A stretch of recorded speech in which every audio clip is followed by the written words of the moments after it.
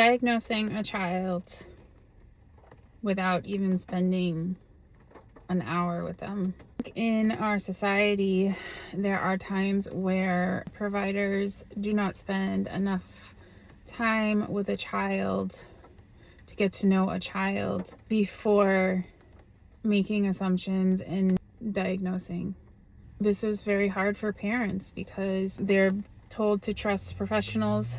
They are told to, sometimes they're made to feel bad if they don't just go with what the professionals say. And guess what, guys? We are professionals, but we are human beings and we make mistakes. And if we're not spending more than 45 minutes with your child and giving them a diagnosis, there's no way we know your child within that amount of time. The reason I'm making this video is because I have a kiddo that I see, and they went to an EI evaluation, not for speech, because they knew that he was getting speech. So just to make sure everything else was okay.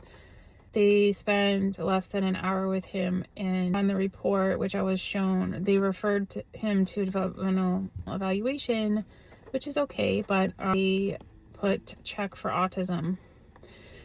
And there were things on the report like doesn't use joint attention, very limited eye contact, more interested in toys than in evaluators, doesn't show range of emotions, a couple other things. This child is not yet 3. I have seen him show many emotions. He smiles, he laughs, looks at me, engages with me when we are playing with toys, comes up to me, looks at me, and tries to ask me to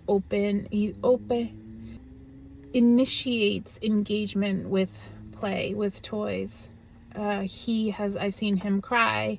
I've seen him show emotion when he's frustrated.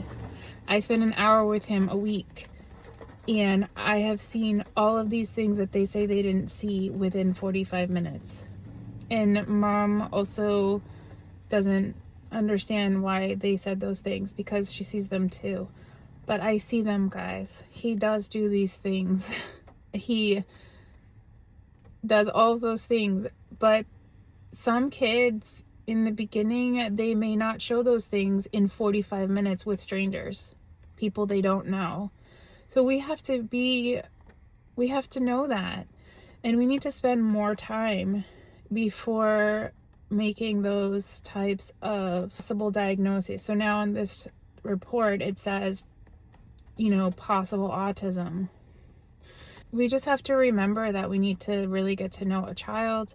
We cannot just check off certain boxes that within, a 45-minute span and say that they're autistic, or say that they have whatever it is, whatever the diagnosis is, guys. And I just feel bad because, again, parents see this and sometimes they don't know that it's okay, that if they don't agree, or even if they get a second opinion and they have another professional. Luckily, this mom was like, I don't agree, and I've seen what he does with you and what he does with us, and at this point we don't need to pursue it. And I think that is totally fine, but unfortunately not all parents know that that's okay. With your providers who are, diagnosing, or if they're not taking time, it's okay for you to disagree, or get another opinion, or wait to do something until someone spends more time with your child and gets to know them to see these other things. Some kids are shy. Some kids don't interact with a stranger in 45 minutes the way they do with someone that they actually know or get to know. I was a stranger 2 months ago. Now I'm not. So guess what? He's doing all of those things with me that they didn't see him doing. So I'm not trying to put down providers. I just want parents to know, and us, I just want to put it out there that we need to be careful about making diagnoses or labeling before spending enough time and getting to know the child.